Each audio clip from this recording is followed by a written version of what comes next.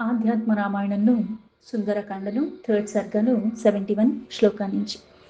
హనుమంతుడు ఎప్పుడైతే లంకలోకి చేరి సీతాదేవి జాడని వెతికి వెతికి కనుగొన్న తర్వాత రాముడు ఒక సందేశాన్ని సీతాదేవికి చెప్పాడు. ఆ ఆనవాలుగా ఇచ్చిన ఉంగరాన్ని కూడా ఆవిడకి సమర్పించుకున్న తర్వాత రాముడు సన్నిధికి వెళ్ళటానికి తన్ని కూడా గుర్తుగా ఏదన్నా ఆనవాలు ఇమ్మని అడుగుతాడు. చూడమని తీసుకుంటాడు. తిరిగి ప్రయాణానికి మొదలుపెట్టినప్పుడు మళ్ళీ ఆలోచన మొదలవుతుంది హనుమంతుడికి.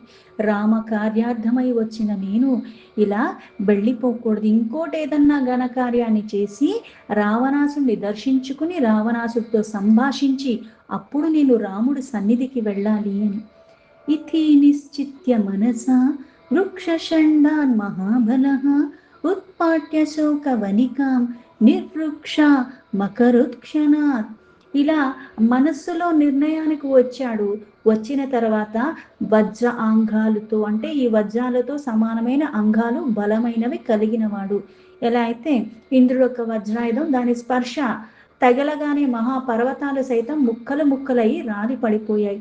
అంటే ఈ బలమైన బాహువులతో రాముడొక్క దూతగా వచ్చిన హనుమంతుడు ఒక్క క్షణకాలంలోనే అక్కడ అశోకవనంలో ఉన్న వృక్షాలన్నిటిని గుంపులు గుంపులుగా ఒక్కసారిగా పెకిలించి పాడేశాడు.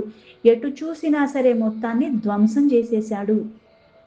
సీతాశ్రయానఘం త్యక్త్వా వనం శూన్యం చకారసః ఉత్పాటయంతం విపినం దృష్ట్వా రాక్షతయోషితః అపృచ్చన్ జానకిం కోసౌ వానరాకృతిరుద్భటః. అయితే ఈ వనాన్ని మొత్తం ధ్వంసం చేశాడు, కానీ సీతాదేవి ఏ చెట్టు దగ్గర కూర్చునుందో ఆ చెట్టుని మాత్రం ఏమీ చెయ్యలేదు. తతిమ అన్నిటినీ కూడా పెకిలించి పాడేశాడు. ఇలా అంతా అయ్యేసరికి దానికి ముందు ఏదైతే సూక్ష్మ రూపంలో ఉన్నాడో ఎవరికి కనిపించకుండా మొత్తం వెతికాడు, అన్నీ తిరిగేశాడు. వచ్చి మళ్ళీ సీతాదేవితో మాట్లాడి సీతాదేవికి సందేశాన్ని ఇవ్వడం, ఇవన్నీ జరిగిపోయినాయి. ఎవ్వరూ గమనించలేదు. కానీ ఇప్పుడు ఈ ధ్వంసం చేస్తుంటే అందరూ గమనిస్తేనే కదా రావణాసుడి దగ్గరికి తీసుకెళ్లేది. ఇప్పుడు అక్కడ ఉన్న రాక్షస స్త్రీలందరూ కూడా ఇంత విధ్వంసం జరిగిపోతుంటే అప్పుడు చూశారు. అక్కడ చూసి మళ్ళీ సీతను అడుగుతున్నారు. సీతని, ఎవడితడు, పైగా ఈ వానర ఆకృతిలో ఉన్నాడు, పైగా ఇంత శక్తిమంతుడు ఎవరితడు అని మళ్ళీ సీతను అడిగారు. జానక్యువాచ భవత్యా ఏవ జానంతి మాయా రాక్షస నిర్మితాం నాహమేనం విజానామి దుఃఖ శోక సమాకులాం. అంటే ఇక్కడ సీతాదేవిని అడగటం ఎందుకు అంటే, ఆవిడ కూర్చున్న చెట్టుని ఏమీ చెయ్యకుండా వదిలేశాడంటే ఆవిడికి హాని తలపెట్టకుండా తతిమ అంటిని కూడా ధ్వంసం చేసినవాడు. సీతాదేవి కూడా చాలా చక్కగా, ఇది రాక్షసుడు నిర్మించిన మాయ ఏమో, ఈ మాయ ఏంటి అన్నది మీకే తెలియాలి, నాకేం తెలుస్తుంది, నేను అంతులేని దుఃఖంలో మునిగిపోయి బాధపడుతూ ఉన్నాను, అందుకని నాకు దీనికి సంబంధం లేదు, నాకు ఇది తెలియదు అని చెప్పింది. ఇత్యుక్తాస్త్వరితం గత్వా రాక్షస్యో భయపీడితాః హనుమతా కృతం సర్వం రావణాయ న్యవేదయను. ఇంత ధ్వంసం జరిగిపోతుంటే వీళ్ళందరికీ భయం వేసింది. ఇది వెంటనే ఆ రాక్షస స్త్రీలందరూ హడావిడిగా పరిగెత్తుకుంటూ వెళ్ళిపోయి ఇక్కడ ఈ ఘనకార్యం చేసిన వానరుని గురించి వెంటనే రావణాసుడికి నివేదించుకోవటానికి వెళ్ళిపోయారు. దేవకశ్చిన్మహాసత్వో వానరాకృతి దేహభృత్ సీతయా సహ సంభాష్య హ్యశోకావనికాంక్షణాత్ ఉత్పాట్య చైత్య ప్రాసాదం బభంజామిత విక్రమ.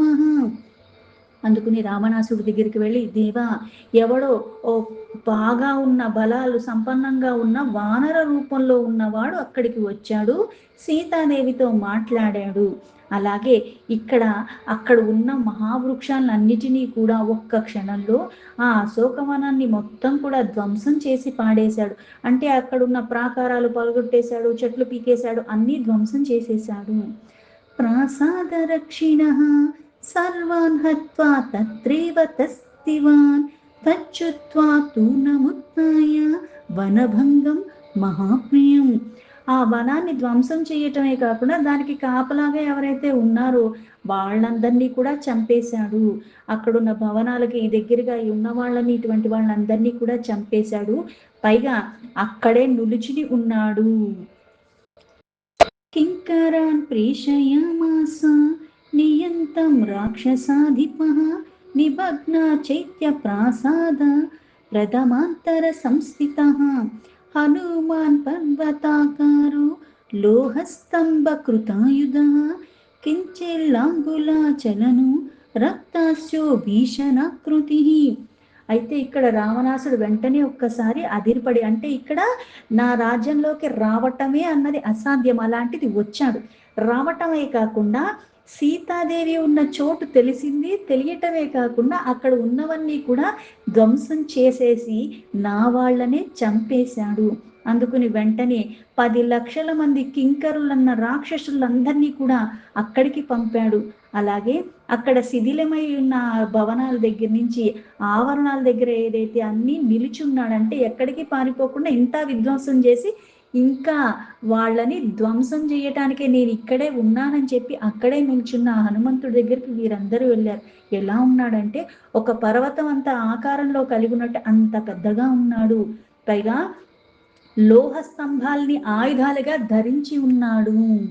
అంటే ఆపతంతం మహాసంఘం రాక్షసానాం దదర్శసః చకారా సింహనాదం చశుత్వాతి ముహుర్భృశం. అయితే ఇక్కడ కొంచెం కదిలిస్తా సరే రక్తముఖుడైనట్టుగా అంత భయంకరమైన రూపంతో నిలిచి ఉండి ఇలా తన మీదకి ఇంతమంది మహారాక్షసులు సేన అందరూ వస్తూ ఉంటే ఇంకా గట్టిగా హుంకారం చేస్తూ, అంటే నేను ఇంకా సిద్ధంగానే ఉన్నాను ఇంకా రండి అన్నట్టుగా ఒక్కసారిగా వాళ్ళందరి మీద విరుచుకుపడ్డాడు. అంటే ఇతను చేసిన హుంకారానికే వాళ్ళు నిశ్చేష్టులైపోయారు. హనుమంత మధు దృష్ట్వా రాక్షసా భీషణాకృతిం నిర్విఘ్నిర్ వివిధాస్త్రౌ తస్యేఘః సర్వరాక్షస ఘాతినం. సర్వరాక్షస సంహారకుడు భయంకరమైన ఆకారం కలిగి ఇంతలాగా యుద్ధానికి రువ్వుతున్న ఆంజనేయుడిని చూసిన వాళ్ళందరూ కూడా, ఆ రాక్షసుల పైగా కింకరులు, వాళ్ళు కూడా భీకరమైన శరీరాలు కలిగి ఉన్నవారు, బల పరాక్రమాలన్నిటిలో కూడా బాగా ఉన్నవాళ్ళు, ఎన్నో ఆయుధాలు కూడా తీసుకొచ్చిన వాళ్ళు, ఆయుధాలు ధరించి అన్నీ కూడా హనుమంతుడి మీద చాలా విచ్చలివిడిగా వీళ్ళు అవన్నీ వినియోగిస్తున్నారు. తత ఉత్థాయ హనుమాన్ మద్గరేణ సమంతతః నిష్పిపేష క్షణాదేవ మసకానివ యూతపాః. అంతటా ఇక్కడ ఎలా అయితే పెద్ద గజం మీద ఏనుగు మీద ఒక ఈగ గాని దోమ గాని వాళ్తే ఎలా ఉంటుంది, అది నలిగిపోయి చచ్చిపోతుంది. అలాగే ఈ హనుమంతుడు కూడా అంతలాగా ఈ లోహ స్తంభాల్ని అన్నిటినీ చేత పట్టుకుని క్షణకాలంలో వాళ్ళందరంటే 10,000 మంది వచ్చారు, వాళ్ళందరినీ కూడా మట్టి కరిపించేదంటే వాళ్ళందరినీ చంపేశాడు, నేలక వాలిపోయారు వాళ్ళందరూ. నిహతాన్ కింకరాన్ శ్రుత్వా రావణః క్రోధముర్జితః పంచసేనాపతిస్తత్ర ప్రేషయామాస దుర్మధాన్. ఇంతమందిని పంపిస్తే ఆ కింకరులందరూ కూడా చచ్చిపోయారన్న వార్త విన్న రావణాసుడికి ఇంకా కోపము ఆవేశం అన్నీ ఎక్కువైపోయినాయి. అందుకుని ఇప్పుడు మళ్ళీ అంటే ఇంకా బలంగా ఉన్న వాళ్ళని 5గురు సేనాపతుల్ని, ఇక్కడ 10,000 మందిని చంపేసిన వాడికి 5గురు సేనాపతుల్ని ఎట్లా పంపిస్తాడంటే 5గురు సేనాపతులు అంటే వీళ్ళకి మళ్ళీ ఒక సేన ఉంటుంది, అంతమందితో వాళ్ళందరూ కూడా వచ్చారు. హనుమానపి తాన్ సర్వాన్ లోహస్తంభేన చాహనత్ తతః క్రుద్ధో మంత్రిసూతాన్ ప్రేషయామాస సప్తసః. అయితే వీళ్ళ 5గురు ఏవైతే మంత్రులు వచ్చారో వానరేశ్వరుడు అయిన హనుమంతుడి మీదకి వాళ్ళందరూ ఒక్కసారిగా పడ్డారు. అయితే ఒక్క క్షణంలో 10,000 మందిని ఎలా చేశాడు అలాగే ఈ లోహ స్తంభాలను చేతబట్టుకుని చాలా ఘోరంగా వాళ్ళతో యుద్ధం చేసి ఇంకా ఇంకా బలంగా వాళ్ళని గాయాలు పరిచేలాగా చేసి వాళ్ళందరినీ కూడా చంపేశాడు. ఇతను చంపేసిన తర్వాత మళ్ళీ 7గురు మంత్రి కుమారులు కూడా పంపారు. అంటే ఇక్కడ ఎంతమందిని వస్తున్నా సరే అందరినీ వధించి పాడేస్తున్నాడు, ఎవ్వరిని విడిచిపెట్టట్లేదు హనుమంతుడు. ఆగతానపి తాన్ సర్వాన్ పూర్వవద్వానరీశ్వరః క్షణానిశేషతో హత్వా లోహస్తంభేన మారుతి. తన పైకి వస్తున్న వారందరూ ఎంతమంది వచ్చినా సరే అవలీలగా వారి మీదకి దూసుకుని వెళ్ళిపోతూ ఈ లోహ స్తంభాలతో ఒక్క క్షణకాలంలో వాళ్ళందరినీ కూడా వధించేస్తున్నాడు హనుమంతుడు. పూర్వస్థానాముపాశ్రిత్య ప్రతిక్షణ్ రాక్షసాంస్థితః తతో జగామా బలవాన్ కుమారో రక్షః ప్రతాపవాన్. ఇలా అందరూ వధించబడుతూ ఉంటే ఇంకా ఇంకా కోపానికి లోబడిపోయి ఉన్న రావణాసుడు తన స్థానానికి మళ్ళీ ఇక్కడ ఇంతమందిని చంపేస్తున్నాడు, మళ్ళీ ఎక్కడి నుంచుంటున్నాడో అక్కడే వచ్చి నుంచుంటున్నాడు హనుమంతుడు. ఇంతటా బలశాలి అయిన రావణాసుడు ఒక కుమారుడు పంపించాడు. తను కూడా చాలా ప్రతాపవంతుడు. అయితే ఆ అక్షుడు కూడా వచ్చాడు హనుమంతుడితో యుద్ధం చేయటానికి. తమత్పపాత హనుమాన్ దృష్ట్వాకాశే సముద్గరః గగనాత్వరితో మూర్ధ్ని ముద్గరేణ వ్యతాడయత్ హత్వా తమక్షం నిశ్శేషం బలం సర్వం చకారసః. ఇలా అక్షుడు వస్తే అతన్ని చూసిన వెంటనే హనుమంతుడు కూడా మళ్ళీ ఆకాశంలోకి ఎగిరి ఆ గగనంలోనే అంటే ఆకాశంలో ఇద్దరికి యుద్ధం జరిగింది. అంత వేగంగా వెళ్ళి అంత వేగంగా కూడా ఆ శిరస్సునన్నది బాగా మదించి కొట్టాడు ఆ నెత్తి మీద. ఇలా ఒక్క దెబ్బకి అక్షుడు మరణించాడు. అతని సైన్య కూడా అందరూ మరణించారు.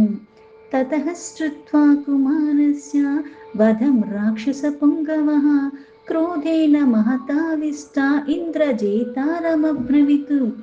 ఇలా తన పుత్రుడు కూడా మరణించాడంటే కొన్ని కొన్ని వికారాలు ఉన్నాయని చెప్పడానికి ఏంటంటే సందర్భానికి తగ్గట్టుగా ఆ ప్రదేశానికి తగ్గట్టుగా మనం ఏం చేస్తూ ఉంటాం, కొంత తీవ్రత తగ్గిస్తూ ఉంటాము.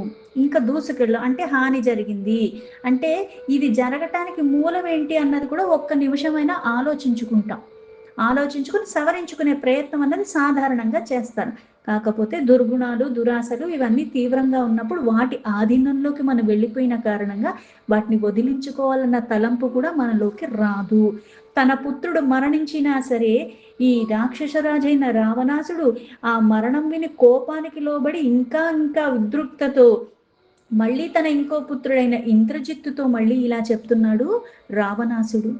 పుత్ర గచ్చామ్యహం తత్ర యత్రాస్తే పుత్రః రిపుః హత్వా తమధవా బద్ధ్వా అనయిష్యామి తే అంతికం. మళ్ళీ ఇంకో కుమారుని పిలిచాడు. ఓ కుమారా, ఇక్కడ నా కొడుకుని చంపేసిన ఆ శత్రు ఉన్న చోటికి వెళ్ళి అంటే ఇక్కడ నేనే వెళ్ళి చంపేసి తీసుకొస్తాను. అయితే వాడిని చంపిగాని లేకపోతే బంధించైనా సరే వాడిని నువ్వు నా దగ్గరికి తీసుకురా అన్న. అంటే నువ్వు చేయకపోతే నేనే చేస్తాను అని. ఇంద్రజిత్ పితరం ప్రాహ త్యాజశోకం మహామతి మయి స్థితే కిమర్థం త్వం భాషసే దుఃఖితం వచః. దానికి ఇంద్రజిత్తు, ఓ మహామతి తండ్రి, ఈ బాధని విడిచిపెట్టు, నేనింకా జీవించే ఉన్నాను కదా, ఎందుకు నువ్వు ఇట్లా బాధాకరమైన మాటలు మాట్లాడుతున్నావు అని. భద్వా అన్యేషి ధృతం తాత వానరం బ్రహ్మ పాశతః ఇత్యుక్త్వా రథమారుహ్య రాక్షసే బహుభిర్వృత్తః. ఇంద్రజిత్తు కూడా చాలా బలం కలిగి ఉన్నవాడే. తండ్రికి ఏదైతే నేను చేసుకొస్తాను అన్న చెప్పాడు కార్యాన్ని, అందుకుని ఆ వానరుడు ఎక్కడైతే ఉన్నాడో అక్కడికి వెళ్ళాడు. బ్రహ్మపాసంతో హనుమంతుణ్ణి బంధించి వెంటనే తీసుకొస్తాను అని చెప్పాడు. రథం మీద ఎక్కాడు. చాలా మంది ఇంకా యోధుల్ని కూడా సేనని కూడా తీసుకుని వెళ్తున్నాడు. జఘామ వాయుపుత్రస్య సమీపం వీర విక్రమః తతో అతి గర్జితం శ్రుత్వా స్తంభముద్యమ్య వీర్యమాన్. వీర పరాక్రమైన ఇంద్రజిత్తు కూడా వాయుపుత్రుడైన హనుమంతుడి సమీపానికి వెళ్ళాడు. వెళ్ళిన తర్వాత ఇంద్రజిత్తు కూడా అతివేగంగా సింహనాదాలు చేస్తూ ఉన్నాడు. ఉత్పపాత నభూధీశం గరుత్మానివ మారుతి తతో భ్రమంతం నభసి హనుమంతం శిలీముఖ్యేహ. ఇక్కడ నాదం చేసుకుంటూ వీర్యవంతుడైన హనుమంతుడు కూడా తన స్తంభాన్ని ఎత్తి పట్టుకున్నాడు. గరుత్మంతుడిలాగా ఇక్కడ పైకి ఎగిరాడు. అలానే ఆకాశంలో తిరుగుతూ హనుమంతుణ్ణి ఇంద్రజిత్తు తన బాణాలతో కొట్టాడు. అయితే ఇంద్రజిత్తు ఎంతలాగా బాణాలతో వధించడానికి ప్రయత్నం చేశాడు అంటే శిరోభాగా విషభిశ్చాష్టభీః పునః హృదయం పాదయుగళం షట్భిరేకేన వాలిధం. అంటే ఆ యుద్ధం జరిగేది కూడా చాలా తీవ్రంగా ఇద్దరి మధ్యలో జరుగుతుంది. అందుకుని ఇలా ఆకాశంలో తిరుగాడుతున్న హనుమంతుడు ఈ ఇంద్రజిత్తు బాణాలతో చాలా తీవ్రంగా గాయపరిచాడు. అలాగే అంటే నెత్తి మీద ఏశాడు, హృదయానికి ఏశాడు, పాదాలకి అంటే ఎక్కడా విడిచిపెట్టకుండా అన్ని వైపులా కూడా బాణాలు ప్రయోగించి బాధించాడు. అంటే రక్తసిక్తంగా చేసేశాడు హనుమంతుడి యొక్క శరీరాన్ని. భేదయిత్వా తతో ఘోరం సింహనాథమథాకరోత్ తతోతి హర్షద్ధనుమాన్ స్తంభముద్ధమ్య వీర్యవాన్. భయంకరంగా సింహనాదం చేస్తూ అంతటా అత్యంత వీర్యవంతుడైన హనుమంతుడు కూడా స్తంభాన్ని ఎత్తి పట్టుకున్నాడు. అంటే ఇంతలాగా ఎన్ని బాణాలు ప్రయోగించి బాధించేలాగా చేసినప్పటికీ కూడా యుద్ధం చేస్తానే ఉన్నాడు. దాన్ని విరమించుకుని వెళ్ళలేదు హనుమంతుడు. అంటే తనకైనా అల్పులు ఉన్న వాళ్ళ మీద ప్రయోగించేసి ఏదో యుద్ధంలో తానే నెగ్గాడు అన్నట్టుగా కాకుండా తనకి చక్కగా బలాలు సంపన్నంగా ఉన్నవాళ్ళు అంతలాగా వీరోచితంగా యుద్ధం చేసి గాయాలు చేసినప్పటికీ కూడా ఆ యుద్ధాన్ని చివరిదాకా కొనసాగించాడు హనుమంతుడు. జగానా సారథిం సాశ్వం రథం చూచూర్ణయత్ క్షణాత్ తతోన్యం రథమాధాయ మేఘనాదో మహాబలః. ఇలా సారథి అంటే ఇప్పుడు హనుమంతుడు ఏం చేశాడు అంటే తన చేతిలో ఆ స్తంభాన్ని పట్టుకున్నాడు. మళ్ళీ ఇక్కడ వాహనం మీద ఉన్నట్టుగా తను ఏదైతే రథం మీద ఉన్నాడో ఆ రథానికి మళ్ళీ నడిపేవాడు సారథి ఉంటాడు. అందుకని ఏం చేశాడు, సారథిని చంపేశాడు హనుమంతుడు. అలాగే ఇంద్రజిత్ రథానికి ఉన్న గుర్రాల్ని సహా క్షణంలో అన్నిటినీ నుగ్గు చేసేశాడు. తర్వాత మహాబలశాలి అక్కడ ఒక్కసారిగా ఆ రథాన్ని ఎత్తి పట్టుకున్నాడు. శీఘ్రం బ్రహ్మస్త్రమాదాయ బద్ధ్వా వానర పుంగవం నినాయ నికటం రాజ్ఞో రావణస్య మహాబలః. వెంటనే ఈ ఇంద్రజిత్తు కూడా ఏం తక్కువ వాడు కాదు. బ్రహ్మాస్త్రాన్ని వేగంగా తీసుకొచ్చి ఈ వానర పుంగవుడైన హనుమంతుడి మీద బంధించడానికి ప్రయోగించాడు. బంధింపబడిన తర్వాత రావణరాజుకి సమీపంగా తీసుకెళ్లాడు హనుమంతుణ్ణి. ఇక్కడ మళ్ళీ బంధింపబడినట్టుగా నటించాడు హనుమంతుడు. ఎందుకంటే తన కార్యము రావణాసుడి దర్శించుకుని అక్కడ మళ్ళీ మాట్లాడిన తర్వాత రాముడి దగ్గరికి వెళ్ళాలి. యస్య నామ సతతం జపంతి ఏ జ్ఞాన కర్మ కృత బంధనం క్షణాత్ సద్య ఏవ పరిముచ్య తత్పదం యాంతి కోటి రవిభాసురం శివం. వెనువెంటనే ఇక్కడ ఆ అస్త్రాన్ని ప్రయోగించిన తర్వాత ఇక్కడ మళ్ళీ హనుమంతుడిని బంధించి తీసుకెళ్లాడు. అయితే ఇక్కడ ఎవరి నామాన్ని నిరంతరం జపిస్తున్న మహానుభావులు అజ్ఞానకృత ఈ కర్మబంధనాల్లో క్షణాల్లో అప్పటికప్పుడే విడిపించుకుని ఉంటారంటే ఇక్కడ రామనామాన్ని ఉచ్చరిస్తూ ఉన్న వాళ్ళు, అందుకని ఎటువంటి బంధనాలు వాళ్ళకి అంటవు. అంటే నామాన్ని ఉచ్చరించినంత మాత్రం చేత జన్మ జన్మాంతరాల నుంచి మనం మోసుకున్న వాసనల రూపంలో ఏవైతే బంధనాలు ఉన్నాయో అవే తొలగించుకోగలుగుతున్నప్పుడు ఆ నామాన్ని ఎప్పుడూ విడిచిపెట్టకుండా నిరంతరం జపిస్తున్నవాడు. పైగా అజ్ఞానకృతమైన వాళ్ళ కర్మబంధనాలే తొలగిపోతున్నాయి, కానీ ఇక్కడ అజ్ఞానం అన్నది లేస మాత్రం కూడా లేని యొక్క హనుమంతుడు ఆ నామాన్నే అంతలాగా భక్తి భావనతో ఉచ్చరిస్తూ ఉన్నాడు. అందుకుని ఈ బంధనాన్ని విడిపించుకోగలిగాడు, కానీ ఆ బంధనంలో ఉన్నట్టుగా నటిస్తాడు. అందుకే ఇక్కడ కోటి సూర్యులంతా ప్రకాశంతో ఉన్నట్టుగా అంత మంగళకరమైన వాడు పరమపదానికే చేరుకుంటాడు. అంటే అంత అనన్యమైన భక్తి ఉంటేనే. అట్లాంటి రామచంద్రుడు యొక్క పాదాలనే ఎప్పుడూ నిత్యము స్మరిస్తూ చేసేది రామకార్యము. స్వార్థం లేదు, స్వలాభం లేదు, ఏమీ లేదు. ఉన్నదంతా కూడా అక్కడ పెట్టి ఆ రామకార్యాన్ని ఇంకా బాగా చెయ్యాలన్న తపన తప్పితే ఇంక ఏదీ లేదక్కడ. తస్యేవ రామస్య పాదాంబుజం సదా హృత్పద్మमध्ये సునిధాయ మారుతిః సదైవ నిర్ముక్త సమస్తబంధనః కిం తస్య పాశేరితేరేష బంధనేః. అంటే ఎవరికైతే రాగం ఇటువంటివి ఉంటాయో వాళ్ళు కర్మబంధనంలో చిక్కుకుంటారు. అంటే అజ్ఞానం అన్న అంధకారంలో ఉన్నవాళ్ళు సహితం కూడా ఆ నామాన్ని భక్తి ప్రపత్తులతో ఉచ్చరించినంత మాత్రం చేతనే ఈ బంధనాలు తొలగిపోతున్నాయి. అయితే అనన్యమైన భక్తితో ఎప్పుడైతే ఆ పాదాలని ఆశ్రయించి ఆ హృదయముందు కూడా ఎప్పుడు రాముణ్ణి నిలుపుకున్నవాడు, అలాంటి స్థిర చిత్తం కలిగి ఉన్నవాడు సమస్త బంధనాన్నించి విముక్తుడే అవుతాడు. అందుకే ఇంకా ఏ బంధనాలు తనకి ఏమీ చెయ్యవు, ఏ పాశాలు కూడా ఏమీ చెయ్యలేవు హనుమంతుణ్ణి. కానీ ఎలా అయితే మాయా విశారదుడు పరమాత్మ అన్నిటితో సంపర్కం ఉన్నట్టు, అన్నిటికి లోబడుతున్నట్టు, ఏమీ తెలియనట్టుగా ఎలా చేస్తాడో ఇక్కడ కూడా అదే లీల చేస్తున్నాడు. అందులో బంధింపబడినట్టుగా నటిస్తున్నాడు హనుమంతుడు.